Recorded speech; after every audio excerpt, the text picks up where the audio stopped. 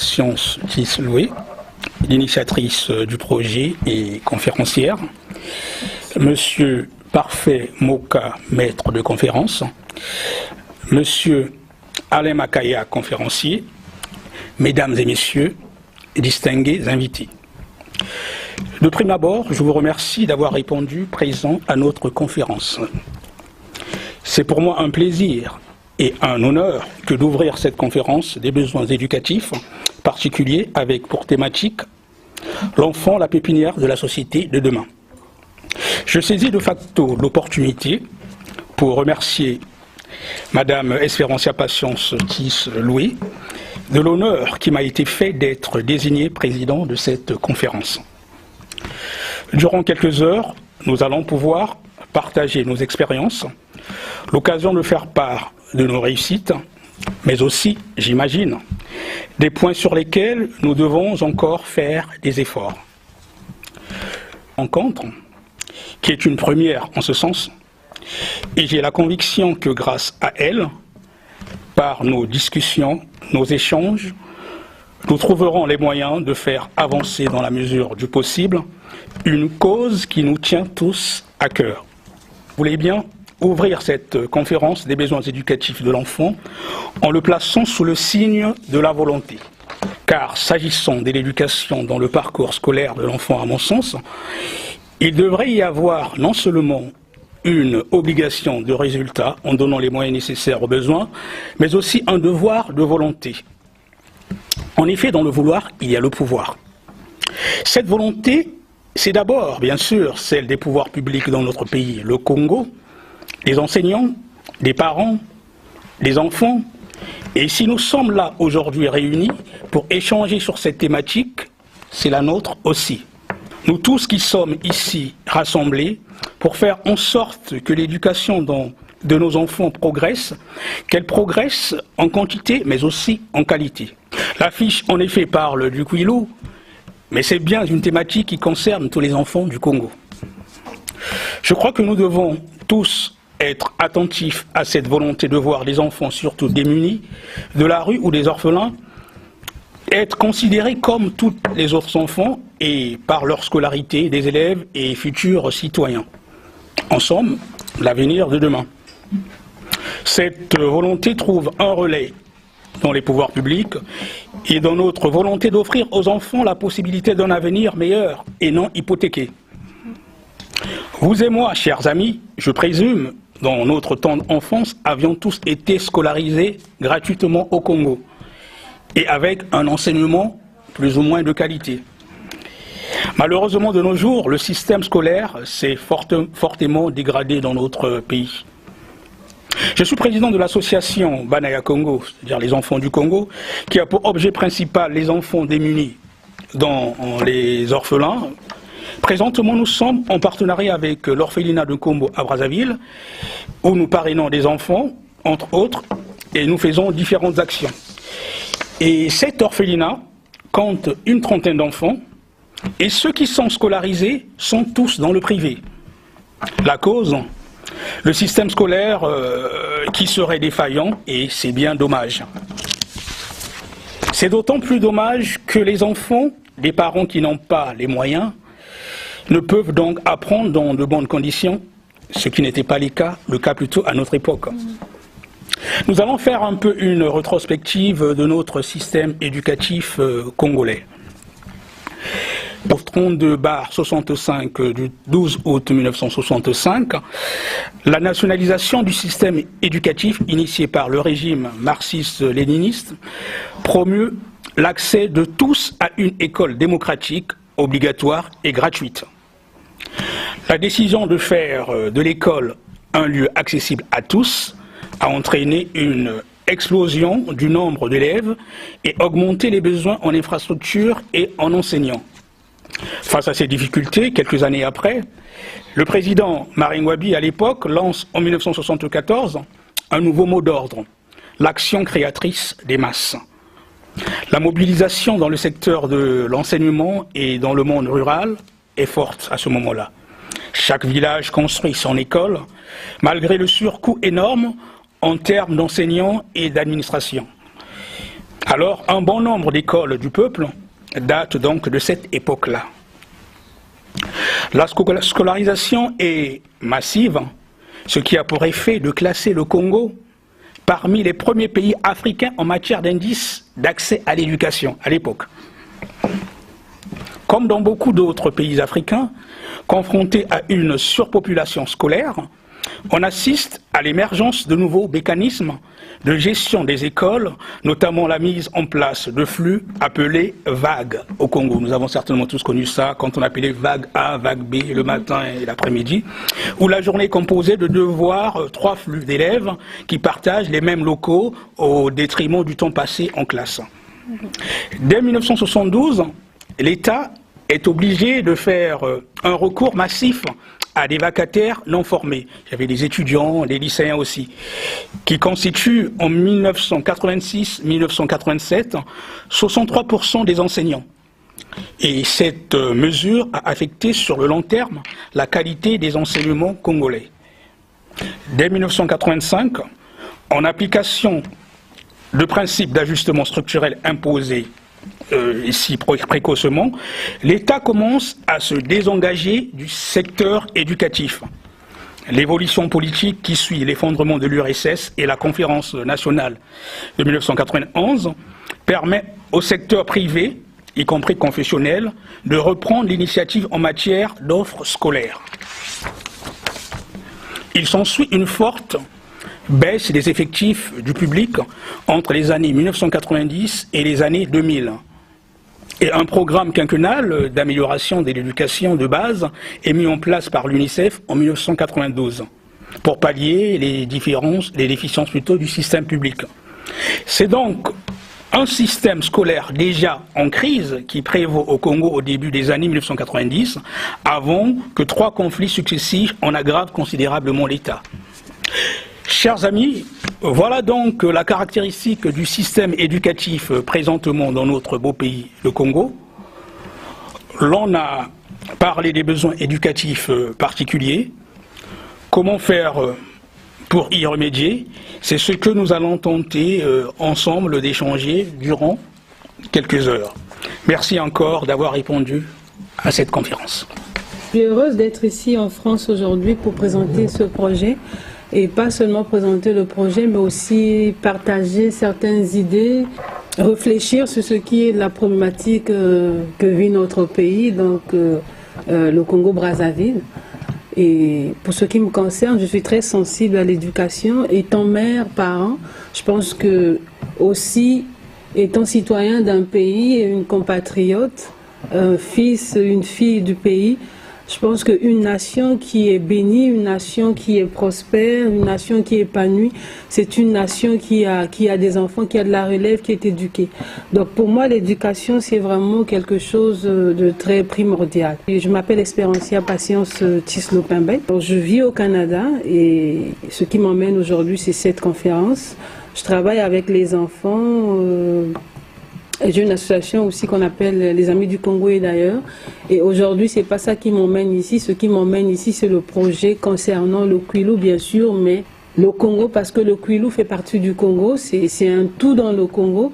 Donc aujourd'hui, c'est pas seulement du Kwilu qu'on va parler, c'est de l'éducation des enfants du Congo. Ce que nous, en tant que diaspora, en tant que des personnes qui ont eu cette opportunité de profiter du privilège d'avoir une éducation gratuite, une éducation en bon uniforme, où chaque citoyen, donc chaque enseignant avait cet amour même de partager le savoir à des enfants que nous sommes aujourd'hui devenus des grandes personnes, des cadres d'aujourd'hui.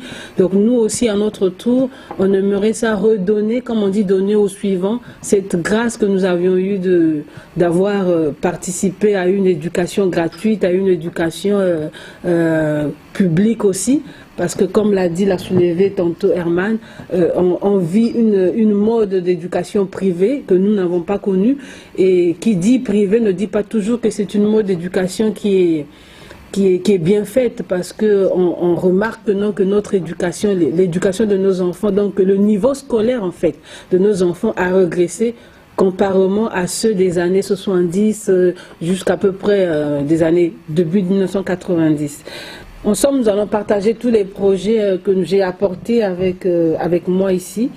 Et vous êtes les bienvenus pour nous apporter vos questions, vos suggestions au travers de ce que nous allons proposer. Au travers de ce que nous allons proposer, votre participation aussi, parce qu'un pays ne se construit pas avec une seule personne, mais un pays se construit avec un tout, avec tous les éléments qui font partie de cette nation. Donc tous les Congolais sont les bienvenus pour apporter de leur meilleur, de leur amour dans ce projet que nous allons vous partager cet après-midi. Merci Herman et puis merci à tous. Bonjour chers invités, bonjour chers conférenciers. Nous remercions tous de votre participation. Je suis Parfait Moka, président de l'association Jeunesse Espoir. Nous avons accepté de participer à cette conférence débat pour justement apporter notre contribution à ce problème qu'est l'éducation au Congo. Notre éducation au Congo aujourd'hui s'est dégradée. On a malheureusement, nous constatons malheureusement la prolifération des écoles dites privées qui ne répondent même pas aux normes de l'éducation. Alors qu'hier, nous avons connu l'école publique avec tous les mouvements juvéniles qui existaient à l'époque, qui faisaient de l'ambiance. Nous essayons d'apporter notre contribution aujourd'hui avec un autre regard à cette éducation qui se dégrade et pour que nos enfants, nos frères qui aujourd'hui sont encore dans ce système puissent bénéficier du meilleur. Pourquoi donc bénéficier hier d'un meilleur système éducatif et aujourd'hui nos enfants ils sont en péril? Nous avons dit non.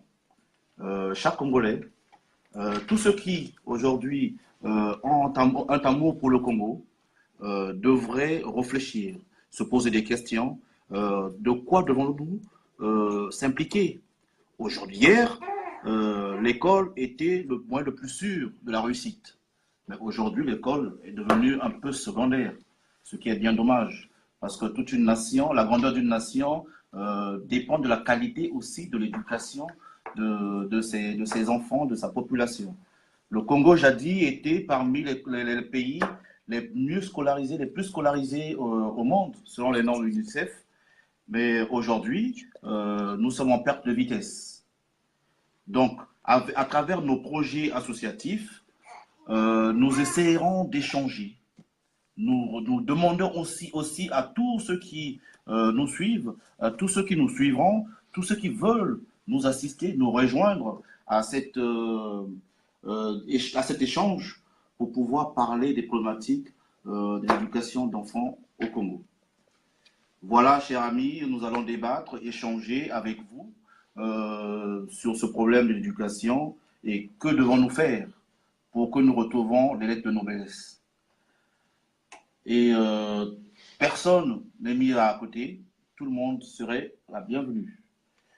Et voilà, en gros, ce que nous allons aujourd'hui échanger avec Alain Makaya, Espérance Tisloé et Bertrand Tisson. Je vous remercie. Oui, bonjour à tous. Alors, je suis très heureux d'accompagner notre ami Tisloé qui a fait un long voyage depuis Montréal. Je suis ravi de la suivre dans ce projet qui concerne tous les enfants du Congo à la base et qui aura pour échantillonnage effectivement une partie de la population au niveau de Pointe-Noire.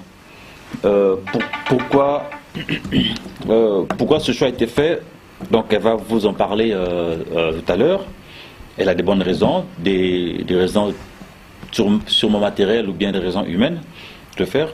Alors moi je l'accompagne sur ce projet dans le sens où je pense que aujourd'hui, pour avoir vu le taux d'alphabétisation du Congo qui est passé quasiment de 99% à aujourd'hui à moins de 60%, par rapport aux échecs scolaires et par rapport à la mauvaise qualité de l'apprentissage aujourd'hui au Congo, je pense qu'il faudrait s'investir à renforcer l'éducation. À renforcer l'éducation dans quel sens? C'est de pouvoir faire remonter le taux d'alphabétisation, notamment les filles et les adultes. Parce qu'aujourd'hui, il y a beaucoup de filles qui sont en échec scolaire, par exemple pour des causes de grossesse prématurée, ou bien des adultes qui sortent qui n'ont pas d'emploi, par exemple, et qui ont du mal à retrouver un emploi, et donc qui ne sont pas très bien formés. Donc il y a des manques de structure, effectivement, de formation pour cette catégorie de la population.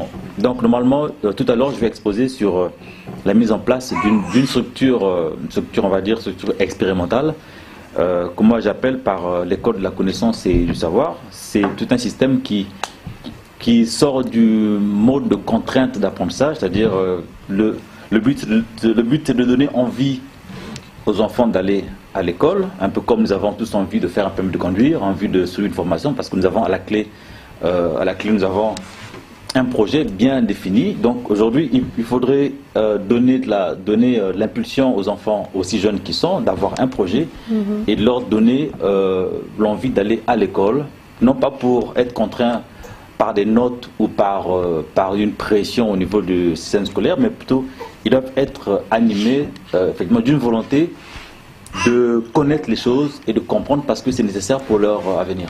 Tout à l'heure, je vais développer un peu le principe et le mécanisme de ce projet. Merci. Donc, on a fait le tour. Madame Espérancia Tisloé, vous avez du temps pour nous exposer votre projet. Je vous invite aussi à intervenir massivement pour nous apporter vos questions et ça nous permettra de vous apporter plus d'éclaircissement. Merci beaucoup, parfait. Donc, vu que nous sommes des Congolais, attendez-vous à ce qu'on puisse parler aussi en Mundkutuba ou en Lingala, parce que ce sont nos langues nationales. Donc, on appelle ça vraiment ma tonde ming na bapanga munu ya Paris, bah il me recevoir mon kwaku, en particulier Parfait Moka.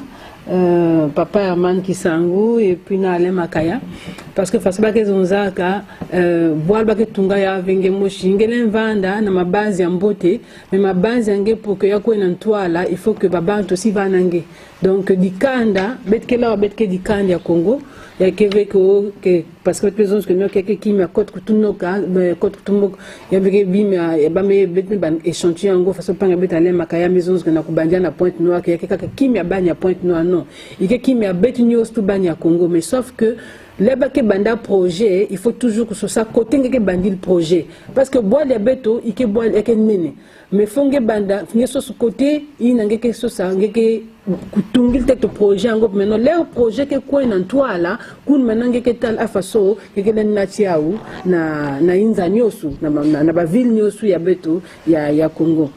Donc pour revenir sur ce projet éducatif, comme l'a dit mes frères avant moi, le projet qui concerne les besoins particuliers, comme on a su les nommer pour l'éducation au Congo, c'est un projet citoyen.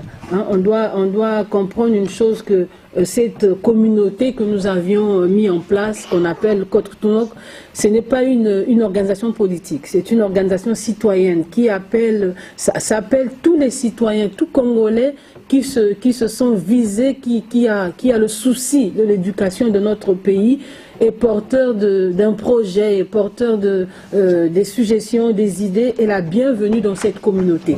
Donc c'est pas de la politique ici, mais c'est un devoir citoyen.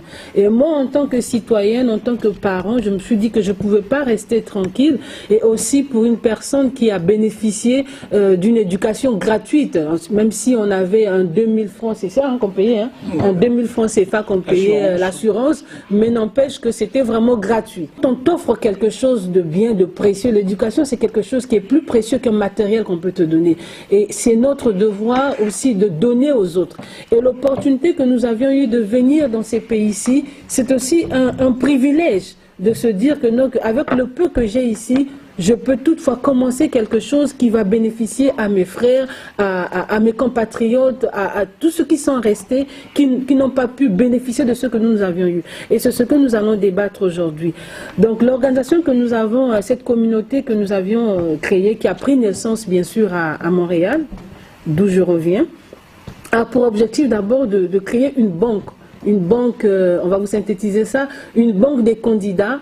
Ces candidats-là, c'est quoi? Ce sont des personnes qui peuvent être des citoyens, monsieur, madame, tout le monde. Ça peut être des associations, ça peut être des ONG qui se sont impliqués ou attirés par l'éducation, qui peuvent être des candidats par rapport au projet que nous allons présenter ici au travers M. Alain Makaya qui a un projet, un échantillonnage de projet qui va présenter, et ceux qui seront intéressés à ça peuvent se lier à ce projet en étant des candidats qui vont échappoter ce projet ensemble avec nous.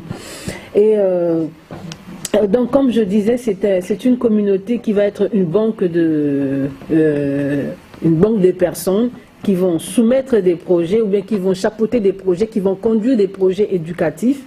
Et dans cette banque de candidats, on aura aussi une banque des donateurs.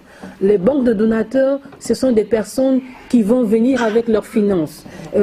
Être donateur dans un projet ne veut pas dire qu'il faut avoir beaucoup d'argent, même avec un petit 10 $, parce qu'un 10 $ peut servir à un enfant pendant un mois pour subvenir à ses besoins. Il y a à l'école, il y a un crayon, donc cette banque de données n'est pas seulement destinée à des gens qui ont des grandes entreprises. C'est pour monsieur, madame, tout le monde qui se dit que moi, mon 5 $, moi, mon 2 $, j'aimerais que ce soit un 2 $ vraiment qui va être significatif pour la vie d'un enfant, pour son avenir, afin qu'il soit le cadre de demain. Donc, nous avons deux sortes de banques de candidats. La banque des candidats des donateurs et la banque des candidats des conservateurs, donc des personnes qui vont concevoir des projets, qui vont mener des projets éducatifs pour le bien de nos enfants. Et une autre partie de notre mission, c'est que ça va être un portail parce qu'on a créé un site internet. Donc si vous aviez le temps, le site internet est encore... il est déjà fonctionné, le site internet, sauf qu'il n'est pas encore, on n'a pas encore tout placé parce que c'est en conception, mais le site est déjà fonctionné. Donc ceux qui auront le temps, ils peuvent aller taper www.k, donc kilo Oscar Tango Ursula kilo Ursula maman Oscar kilo.com. Donc qui dit code-coutumo.com pour aller regarder un peu ce que nous allons placer là-bas comme objectif, comme événement que nous aurions à faire et tout. Alors ce portail, comme on disait, ça va vraiment nous permettre de recueillir les personnes qui veulent être des partenaires, de recueillir des personnes qui veulent être des sympathisants pour cette communauté, de recueillir des partenaires qui veulent être des candidats qui vont vouloir apporter de leurs finances pour financer les projets que nous allons avoir. Et donc, les objectifs que la communauté a en ce moment, les objectifs à long terme d'abord, c'est que notre premier objectif, c'est de créer une école qui va être, comment je peux dire, qui va être affiliée avec une autre école à l'étranger. Et nous avons pensé au Canada, parce que moi, je reviens du Canada. J'ai vu un peu le système canadien, vu que j'ai des enfants qui y sont. Alors, l'initiative pour nous, c'est de trouver un terrain. Le terrain, il est déjà là. De trouver des partenaires qui vont vouloir apporter de leur action, parce que nous aussi, en tant que Congolais, en tant qu'Africains, on n'a pas beaucoup cette notion d'action. Donc, on aimerait aussi faire profiter aux gens, au lieu de dépenser leur argent inutilement ou bien pour des choses qui ne vont pas nécessairement profiter à des enfants ou à une cause de bienfaisance. Donc on s'est dit que on veut interpeller des personnes qui sont appelées à financer cette école-là au travers des actions. Et qui dit action, la personne ne va pas perdre son capital, parce que dans les actions, il y a toujours un retour de capital qui sont des bénéfices. Donc l'objectif, c'est de créer cette école et on s'est fixé pour une école, d'abord pour commencer pour l'école primaire, parce que la base commence dès le primaire et le secondaire. Donc le secondaire, c'est quoi? C'est le collège chez nous, voilà. Ce sont les deux premières choses que nous avions pensé, le primaire et le secondaire. Financer cette école afin que cette école puisse être échapeautée avec une école du Canada. L'autre objectif à long terme et à court terme que nous avions comme projet, c'est le parrainage scolaire. Le parrainage scolaire, c'est qu'on va avoir une banque des enfants à parrainer. Et cette banque des enfants à parrainer, c'est pas seulement un parrainage. Quand on dit parrainage, c'est pas les faire venir vers l'Occident. Nous, on veut garder nos cerveaux, notre intelligentsia dans notre pays. Donc les parrainer, ça s'est dit suivre ces enfants dans leur cheminement scolaire, moyennant du financement, bien sûr. Et comme toujours, ce que j'ai dit, Le financement, c'est pas toujours gros, même avec un 5 $, avec un 1 €, avec un 2 €, c'est financer ces enfants-là, prendre ces enfants-là à temps plein, suivre leur cheminement scolaire et un minimum de 1 année dans le parrainage. Pour un parrain, nous aimerions que ce soit un minimum de 1 année dans ce projet à court et à long terme.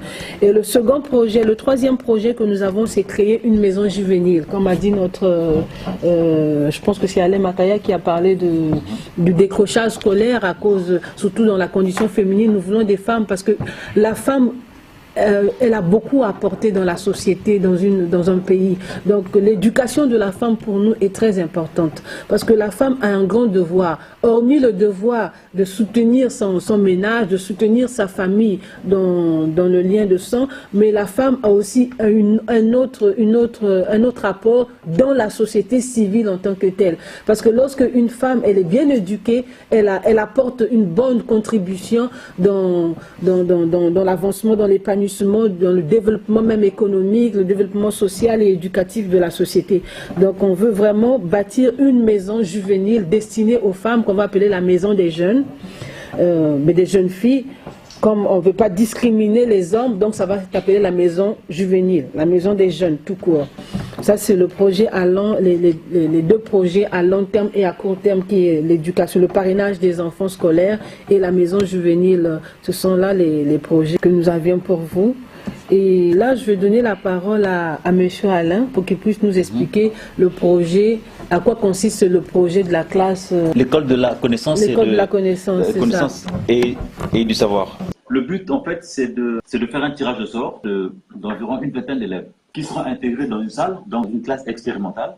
Et cette classe qui sera encadrée non pas par des professeurs, non pas par des enseignants conventionnels, mais par des formateurs professionnels. C'est-à-dire ce sont des personnes qui sont en fonction, qui travaillent un peu de la même façon que ça se passe pour le même ici en France, qui travaillent et qui viennent apporter leur connaissance à ces élèves. Le principe, déjà, il faudrait revoir au niveau des programmes scolaires. Donc, les programmes scolaires aujourd'hui qui datent je crois, des années d'indépendance, qui datent de très longtemps, doivent être revus et doivent être adaptés aujourd'hui à la réalité économique du pays et surtout à l'évolution des populations. Parce qu'à l'époque, quand ces programmes ont été mis en place, on était peut-être moins d'1 million d'habitants. Là, nous sommes à près de 4 500 000, et je pense un peu plus. Donc, ça veut dire que la démographie a largement évolué. Et donc, il y a certains paramètres qui se rajoutent et qui doivent être pris en compte par rapport à cette évolution démographique. Donc, du coup, il faudrait adapter les programmes scolaires à l'évolution du pays. Ce qui doit se faire, normalement, si tout va bien, dans un pays, tous les 10 ans, ces programmes doivent être revus. Donc, normalement, j'ai décidé, ou j'ai pensé que ça serait important d'intégrer ce qu'on appelle les nouvelles technologies aujourd'hui, déjà au niveau de l'école. Donc, cette classe, en parlant de classe d'expérimentation, c'est une classe normalement de troisième. Qui va apprendre les mêmes leçons que ce qu'on propose dans notre école, notamment pour passer l'examen, le brevet, mais ces leçons seront administrées d'une autre façon. Donc, c'est la méthode d'apprentissage qui sera différente parce qu'il faudrait mettre à disposition de ces jeunes les nouvelles méthodes de connaissance, notamment l'utilisation des outils numériques pour l'apprentissage et la mise en avant de l'audiovisuel. Par exemple, quand on parle, je prends un exemple tout simple, vous avez sur Internet des vidéos sur la reproduction qui durent 1 heure de temps, mais en une heure de temps, vous aurez compris une leçon qu'on n'a peut-être pas pu comprendre quand on était sur le banc de l'école, parce qu'on était contraint d'apprendre des textes parce qu'il fallait passer un examen. Là, par contre, quand on fait un mix entre l'audio et le visuel, ça pousse à la curiosité. Ça pousse parce qu'il y a une suite dans les idées et on est curieux de voir en fait la fin de la procédure qu'on est en train d'apprendre. Donc, j'ai pensé qu'intégrer déjà l'informatique au niveau de la troisième, ça serait quelque chose de très important parce qu'aujourd'hui, tous les outils utilisés aujourd'hui sont les outils qui sont quasiment numérisés. par exemple dans les laboratoires, même aujourd'hui les mathématiques, le calcul d'une matrice ne se fait plus à la main comme on l'a fait nous à la fac de sciences, mais ça se fait maintenant avec des algorithmes donc informatiques. Donc il faudrait essayer de ramener l'informatique au niveau de la classe de troisième, donc cette classe expérimentale. Ensuite, il faudrait apprendre le droit. Pourquoi le droit? Parce que euh, un pays, pour être assis sur une bonne démocratie, doit avoir une bonne justice. Parce que la justice, c'est le pilier de la démocratie. Et la justice, c'est tout ce qui cadre avec le respect de la loi. Et je pense qu'aujourd'hui, il y en a qui sont peut-être dans la dérive sociale, parce qu'ils n'ont peut-être pas connaissance des lois. Euh, c'est peut-être pas de leur faute. Donc, il faudrait responsabiliser les gens au niveau de la loi dès le jeune âge, donc notamment dès la troisième, apprendre le droit civil, apprendre le droit pénal et apprendre les sanctions qui vont avec telle ou telle faute ou telle erreur. Et il faut repenser économie. Aujourd'hui, l'économie se fait au niveau du lycée, je pense, les sciences économiques à partir du lycée. Je pense qu'il faut revenir un peu en avant, donc une année en avant, donc commencer à partir de la troisième, de fixer les bases, parce qu'aujourd'hui, il faudrait, ce qui est important, il faudrait que les Congolais apprennent les mécanismes principaux de l'économie. Surtout là, nous sommes en période de crise, il faut des procédures et des process pour relever l'économie. Il faudrait que ces bases soient apprises dès la classe de troisième. Et ensuite, il y a donc au niveau de la révision des programmes scolaires, effectivement, il y a les équipements qui vont avec. Donc aujourd'hui, au lieu de faire écrire aux élèves des vingtaines de pages sur la guerre mondiale, il est possible de diffuser un film d'une heure dans lequel ils auront compris tous les enjeux qui ont été mis en place pendant ces événements. Donc, ça va s'élargir sur beaucoup de domaines, sur les mathématiques, sur les sciences physiques, ainsi de suite. Et le but, c'est de présenter ces mêmes élèves qui auront bénéficié d'une méthode de formation ou de connaissances différentes, de les présenter donc, au brevet, au BPC, et de voir les résultats que ça va donner. C'est-à-dire que ces élèves qui seront partis à l'école, non pas par contrainte ou non pas juste pour décrocher un diplôme, mais ils seront partis à l'école pour apprendre, en fait, pour être vraiment dans la connaissance.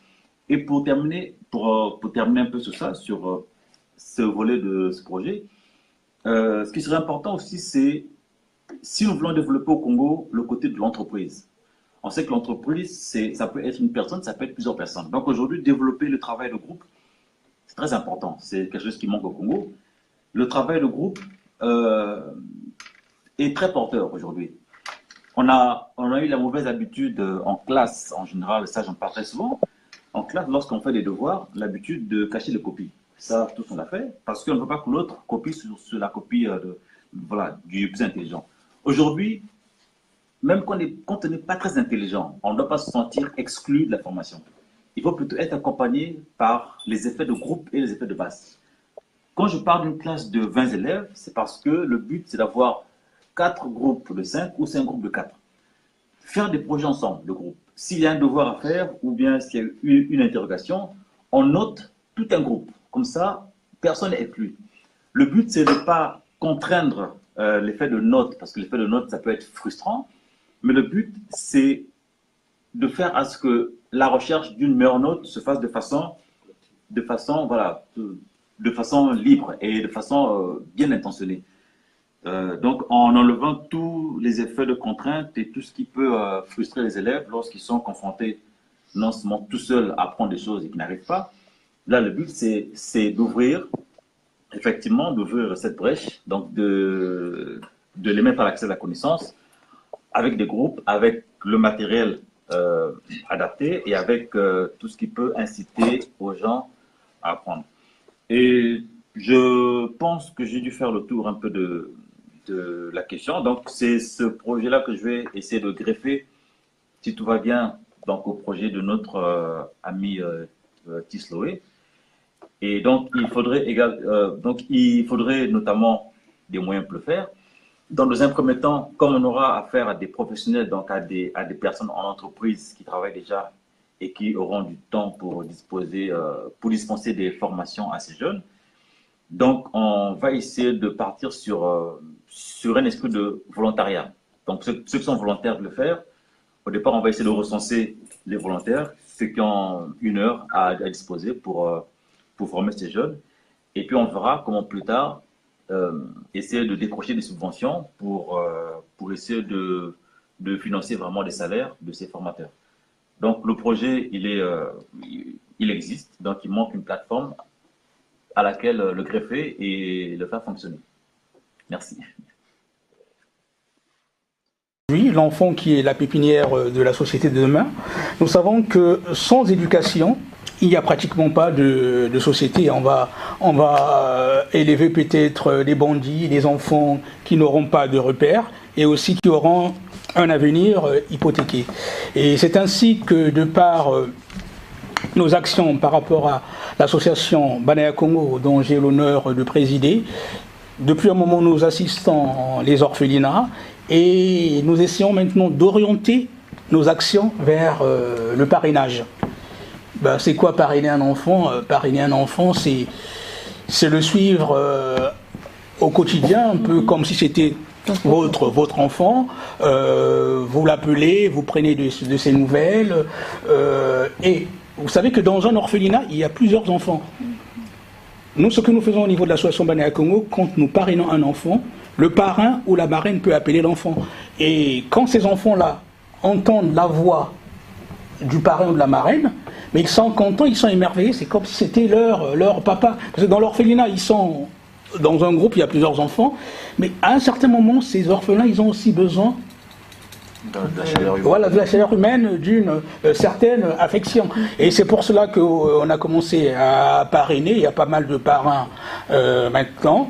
Et je vous invite aussi, pour ceux qui le veulent bien, de nous rejoindre justement dans ce sens, pour qu'il y ait plus de parrains, pour que ces enfants-là ne soient pas des enfants perdus. Donc ça, c'est par rapport à mes activités au sein de l'association Banaya Congo. Comme je dis, je vais essayer d'être un peu bref vu le temps. Et je vais parler aussi par rapport à l'ONG Urgence Rurale que vous avez certainement dû voir ces jours-ci à Télé Congo, dont je suis le coordonnateur du pôle de l'extérieur et chargé de contact avec les investisseurs. Donc en amont, nous avons fédéré un certain nombre d'exploitants et nous avons un grand projet de la révolution agricole accélérée qui se fera dans 10 départements du Congo. Et depuis le 7, lors de notre réunion à la Semaine africaine à Brazzaville, nous avons commencé par conscientiser les jeunes pour le travail de la terre.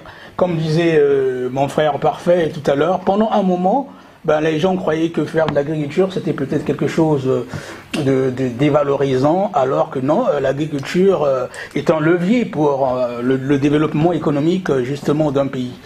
Donc après la réunion à la semaine africaine du 7 de ce mois-ci, il y a eu près de 100 jeunes qui nous ont rejoints au niveau de notre ONG Urgence Rurale, dont le siège se trouve à Windsor. Et depuis, les gens ne cessent de venir. Les gens ne cessent de venir et aujourd'hui, nous sommes à environ 200 jeunes. Nous sommes environ 200 jeunes que nous avons enrôlés et nous allons continuer la campagne dans 10 départements au niveau du Congo. Donc, on enrôle ces jeunes, on les conscientise sur le travail de la terre. Après, il y aura un volet formation. Un volet formation pour les accompagner. Et on ne va pas s'arrêter là. Après la formation, nous allons chercher des moyens via nos partenaires en développement pour les aider à créer leur propre entreprise, pour qu'ils deviennent des chefs d'entreprise et qu'ils vivent de leur activité. Et surtout, actuellement, en période de crise, je crois que c'est très très bienvenu. Pendant longtemps, on ne jurait que par le pétrole, mais je crois que l'agriculture, c'est vraiment l'avenir au Congo. Et toujours en parlant justement de notre ONG, il y a beaucoup de gens souvent qui disent qu'ils font de l'agriculture au Congo, qui sont des exploitants. Mais on s'est rendu compte depuis qu'on a mis en place notre ONG, certains se disaient qu'ils avaient des hectares. Bon, c'était des exploitants, mais qui n'étaient pas enregistrés. Beaucoup étaient dans l'informel. Et c'est un manque à gagner aussi pour l'État. Et grâce à notre ONG Urgence Rurale et les exploitants qui sont membres de notre ONG, on a pu les aider justement à avoir un statut juridique avec l'aide des pouvoirs publics, parce qu'on ne peut pas faire une telle action sans travailler au moins avec le ministère de tutelle. C'est ce que nous faisons. Et aujourd'hui, beaucoup, ils ont un statut juridique. Et via ce statut juridique, vu qu'on les connaît, ils sont enregistrés, avec des projets, nous les aidons, nous les accompagnons justement via nos partenaires en développement pour avoir des fonds et les aider dans la mécanisation, parce que pour la plupart, ils font une agriculture qui est rudimentaire, hein, mais nous voulons maintenant les aider à aller vers la mécanisation qui est la base de tout. Voilà, donc c'était juste un bref résumé sur ce que nous faisons. Je ne sais pas si, mes amis, vous avez encore des choses à rajouter. Pour ce qui concerne les projets à court terme qu'on veut déjà commencer, j'aimerais attirer l'attention des cadres, dans ce sens, quand je dis cadres, des enseignants à la retraite, tous les professionnels à la retraite. Parce que pour moi, je me dis que les retraités sont une bonne base pour ceux qui commencent la relance. Parce que sans les retraités, les professionnels qui ont fini d'être dans la vie active, on peut pas, la relève n'est rien sans eux. Donc j'aimerais attirer l'attention de tous ceux qui sont à la retraite, qu'ils sont une bonne expertise pour les jeunes de demain. Alors on aura aussi une base de données de ces cadres qui sont à la retraite, de venir s'inscrire pour léguer leur savoir aux autres, pour que leur retraite serve à quelque chose.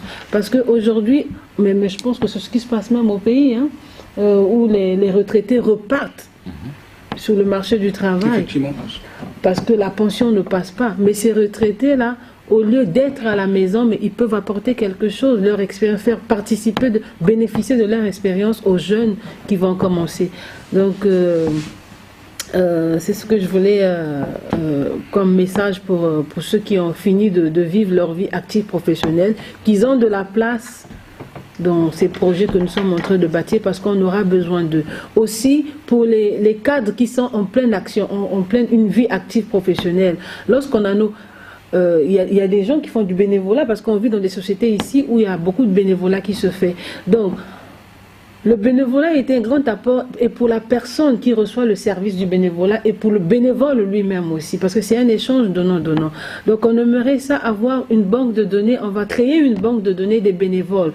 Dans nos vacances, un professeur dans ses vacances, il peut apporter quelque chose dans la salle, comment on appelait déjà cette salle là c'est déjà quoi déjà? L'école connaissance. Donc ces professeurs qui sont en vacances, les agriculteurs qui sont en vacances, peu importe le métier que tu fais, tu es bénéfique pour les projets que nous sommes en train de bâtir. Donc il faut pensez-y, revenez-nous, parce qu'on va commencer bientôt, d'ici le mois de décembre, on va commencer à échappoter déjà un projet pour que ça ne soit pas juste quelque chose de verbal, de théorique, mais on veut rentrer dans du concret, dans de l'action. Donc nous allons commencer nos actes d'ici peu, d'ici un mois, on va vous revenir avec le commencement du projet, et on aimerait que vous puissiez vous joindre à nous pour faire partie de ces bases de données là, des candidats qui veulent apporter de leur savoir dans le cheminement de ces projets. Merci. Espérancia, nous allons regarder du côté de nos amis internautes s'il y a des questions auxquelles nous pourrons répondre. Oui, alors là je vois, il y a Nonamat qui dit que tous les enfants du Congo sont actuellement en milieu défavorisé. Oui, je pense que oui. Par rapport à l'évolution de la pauvreté au Congo, c'est vrai qu'aujourd'hui on retrouve plus de 70% d'enfants, de jeunes. Déjà le Congo, il y a environ 65 ou 68% de jeunes de moins de 20 ans, si je ne me trompe pas, si les chiffres sont bons. Donc c'est-à-dire que ces jeunes, là avec l'accroissement de la pauvreté, se retrouvent dans les milieux défavorisés. Et qui dit milieu défavorisé dit forcément structure d'apprentissage non appropriée. C'est-à-dire c'est des milieux précaires d'apprentissage. Et c'est vrai que là, comme a dit notre ami Espérancia, effectivement, il faudrait que les gens s'investissent. En fait, ne doivent pas voir le côté précaire du milieu dans lequel vivent les enfants, mais plutôt ils doivent apporter une formation de qualité à ces enfants. C'est-à-dire de pouvoir apporter les connaissances. C'est une très bonne idée de parler des retraités qui peuvent revenir sur le milieu professionnel. qui viennent apporter leur expertise parce qu'ils ont fait une carrière assez longue, d'autres 30 ans ou 25 ans ou peut-être 40 ans. Voilà, donc je pense qu'ils ont beaucoup de choses à apporter et ça, ils peuvent l'apporter à la base. Donc à la base, cette base qui est effectivement l'éducation, qui est le milieu scolaire, qui est le milieu de formation. Et c'est ça que j'insiste sur l'appellation de cette école d'expérimentation, qui est vraiment une école de connaissance et de savoir. Parce que c'est ce qui manque, l'accès à la connaissance et l'accès au savoir, et surtout l'accès à la connaissance de qualité. Je pense que ça manque. Il y a notre ami Parfait qui a parlé tout à l'heure du niveau d'un élève de terminale, qui est un peu lamentable parce qu'aujourd'hui, c'est vrai qu'on remarque qu'il y a beaucoup de jeunes qui ne savent pas écrire, qui ont du mal à écrire le français, parce qu'effectivement, ils ont été privés de certaines méthodes didactiques, certaines méthodes d'apprentissage, peut-être beaucoup plus modernes. Ces méthodes n'ont peut-être pas évolué. Et donc, juste pour terminer sur ce volet, je pense que c'est pour assurer Nonamat que le milieu de favoriser ne doit pas empiéter sur la qualité de la connaissance, la qualité du savoir, sur la qualité de l'apprentissage. Ce sont les mécanismes qui tournent autour de l'enfant pour lui permettre d'acquérir la connaissance. Ce sont ces mécanismes qui devraient évoluer. Et de là, tout le monde aura accès, quel que soit le milieu social, quel que soit le niveau, on va dire, de pauvreté, si toutes les chances sont données à tout le monde. Et c'est ça que, dans ce contexte, ce projet que je vais lancer avec mon ami Esperanza, c'est vraiment le but de mettre à disposition une formation de qualité, effectivement, aux enfants qui peut-être ne le méritaient pas dans le système conventionnel. Et c'est l'école de la première chance, on va dire. Oui, nous pensons surtout pour nous aider à réaliser ces projets, nous appelons tout le monde de venir se joindre à nous pour pouvoir apporter leur contribution, que ce soit tant financier qu'intellectuel. Et je voudrais au passage remercier Monsieur Fouti du 95 qui m'a appelé, qui, bien qu'étant malade, qui a appris la réalisation de cette conférence, qui déjà s'est désigné à pouvoir apporter sa contribution pour pouvoir réaliser ce projet. Nous disons merci. Merci aussi pour tous ceux qui se rendront disponibles, pour ce projet. Nous appelons aussi ceux qui sont encore réticents que c'est pas toujours la même chose, c'est-à-dire le discours, mais nous voulons faire des choses autrement, c'est-à-dire parler plus par des actes. Essayez de nous rejoindre. Nous faisons appel à vos bourses pour pouvoir nous aider à aider ces enfants du Congo. Et donc, tous ceux qui veulent nous assister, nous accompagner dans ces projets, ils seront les bienvenus. Merci à tous ceux qui nous suivent. Vous aurez encore beaucoup d'infos sur notre site ou bien via notre Facebook, aussi le Facebook de M. Bertrand Bissongou, Espérancia Tisloé, Alain Makaya et moi-même Parfait Moka, aussi de notre très cher reporter et très efficace Nati Ferrari, la femme congolaise qui essaie de redorer le blason au niveau de la diaspora congolaise. Merci à vous et je vais repasser la parole à Espérancia. J'ai juste quelque chose à ajouter. Je sais qu'il y a personne qui a posé cette question. J'ai essayé de parcourir. Peut-être que les gens vont se demander, mais comment est-ce qu'il faut faire pour ces enfants-là par rapport au projet que nous avions cité tantôt, qui est la maison juvénile, le parrainage scolaire des enfants. Et je ne sais pas si j'ai parlé de la création de la bourse de persévérance. Donc, le premier projet pour lequel nous allons commencer, il y en a deux. On va réfléchir parce qu'il faudrait que les gens qui vont venir être des donateurs, il faudrait qu'on leur donne au moins des chiffres. Ceux qui veulent venir être des actionnaires, ils doivent avoir des chiffres. Donc, nous allons travailler sur les chiffres et d'ici peu, peut-être avant début, on se donne peut-être début 2018, au plus tard décembre, début 2018, on reviendra avec des chiffres exacts pour dire voici les chiffres qu'on a conçus, qu'on a calculés pour vous, pour ceux qui veulent venir s'investir. Donc, Je reviens pour les enfants à parrainer. Comment est-ce qu'il faut faire s'il y a des gens qui se disent mais si nous on a des enfants à parrainer, comment est-ce qu'on peut s'entreprendre pour faire parrainer ces enfants-là? Donc, dans quelques jours du mois de novembre, vous allez aller sur le site, il y aura une banque de données ou comment faire pour s'inscrire, pour faire entrer les enfants dans la banque des candidats des enfants à parrainer. Et aussi pour la bourse scolaire, comment est-ce qu'il faut faire pour qu'un enfant puisse avoir accès à la bourse scolaire de persévérance qui va commencer à partir du mois de janvier 2018.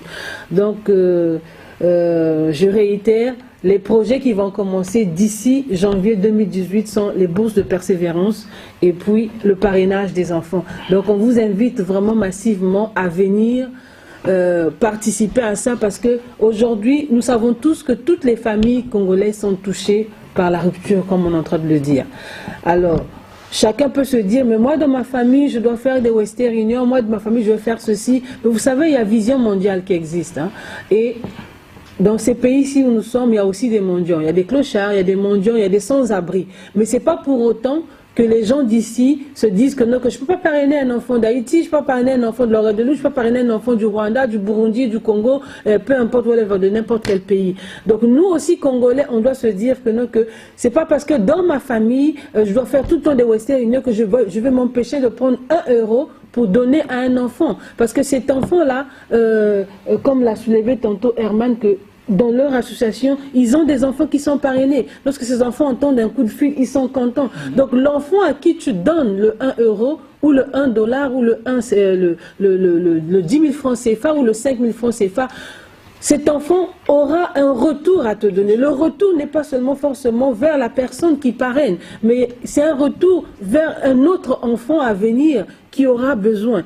Donc c'est pour ça que on ne doit pas rester enfermé. Ils sont même très fiers de nous envoyer leurs résultats scolaires, surtout aux parents. Voilà, c'est ça. Donc ne restez pas enfermés. On aurait voulu que la salle soit vraiment pleine, que tout le monde soit interpellé, mais on se dit qu'on comprend. On comprend qu'il y a beaucoup de choses à relever, on a beaucoup de défis en tant que Congolais à relever, mais on ne doit pas perdre espoir. Et là, on vient vous dire, ne perdez pas espoir parce qu'il y a des gens qui ont à cœur certaines choses qui minent nos pays. Et aujourd'hui, la chose qui est vraiment capitale et primordiale, c'est l'éducation, la santé, l'éducation. Une personne qui n'est pas en santé ne peut pas bien étudier.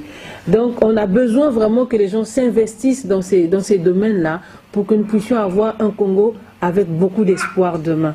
Alors, la balle vous revient et la porte est ouverte à tout le monde. Nous sommes ouverts à toutes les suggestions, ouverts à toutes les suggestions, les propositions et puis à tous les conseils aussi.